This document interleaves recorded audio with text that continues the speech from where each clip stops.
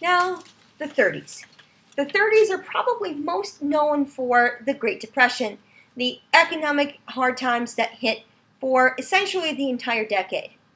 Now, we don't necessarily have the time to get into the causes of the Great Depression here in this recap, but what I can talk about is the government response to the Great Depression and what they did. Now, the Great Depression hit in 1929, and it was President Hoover that was president in 1929, and he took a lot of criticism. People said that he did not do enough to alleviate the Great Depression, that he did not do enough to make things better, to alleviate the poverty that so many millions of Americans were living in. Now, is that criticism fair? Maybe, but keep in mind that President Hoover did more than any other president before him had ever done when there was economic hard times.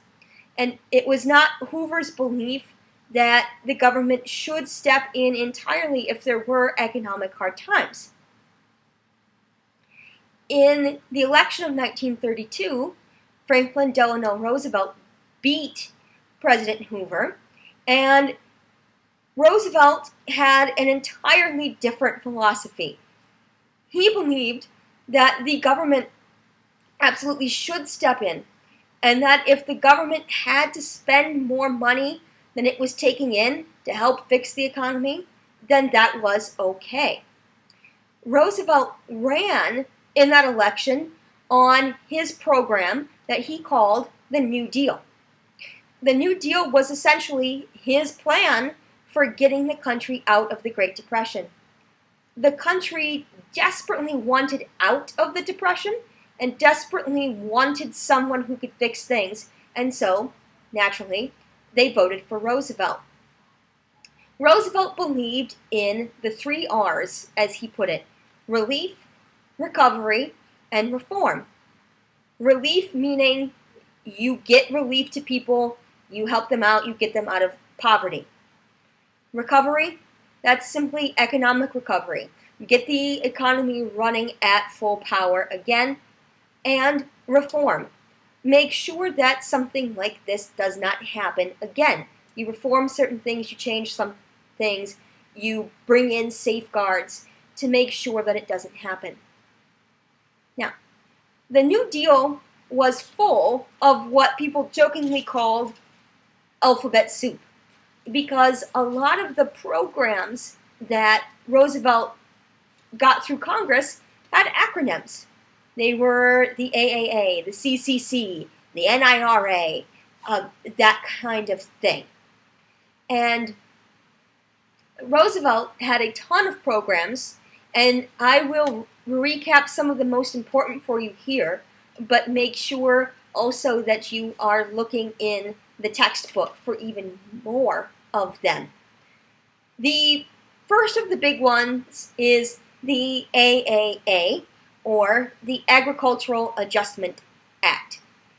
That act was meant specifically to help the farmers. The farmers had a real problem, and that was they were growing so much corn and wheat and things like that, that the price for food and the corn and the wheat was very low, and they weren't making any money. So, to change that, the government offered to pay farmers not to grow as much of a crop, to reduce the number of acres that they planted. The benefit was supposed to be double-fold. Number one, you put money in the pocket of the farmers. Number two, there's less corn and wheat out there, the price goes up, the farmers make a little bit more money. The problem with that was they enacted it in the middle of the planting season, so a lot of farmers simply went, okay, I will, destroy a quarter of my crop. Or they did the same thing with, dairy cows, hogs, things like that. So there was a lot of slaughter that was needless, I guess, and that offended a lot of people.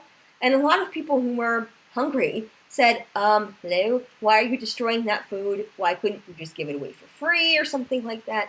So there was conflict there, and eventually the AAA was declared unconstitutional by the Supreme Court.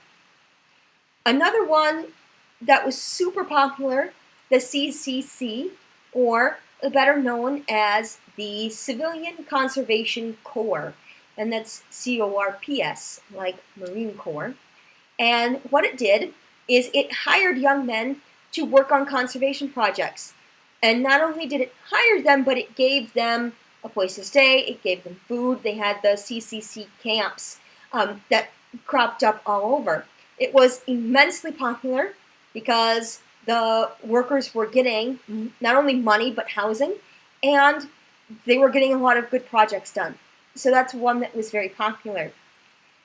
Another one that was very popular was the TVA, the Tennessee Valley Authority. Killed two birds with one stone. Put dams in a river in Tennessee to stop flooding, and also used those dams to generate hydroelectric power. Solved two problems with one stone, and it was a pretty good deal. One of the ones that's still around today that you will recognize, Social Security. That came about in the second New Deal at the beginning of Roosevelt's second administration, his second term, and it's still around today. It gives pensions to the elderly. Again, your grandparents probably are getting Social Security, and it was immensely popular and has done a lot of good over the years. The only problem is that they're starting to wonder if it is sustainable. So read about that in your textbook.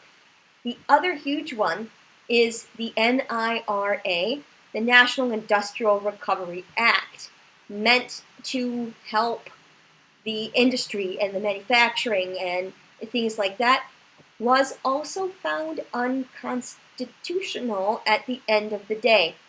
Check out your textbook to find out why. As usual, if you have any questions, please just let me know.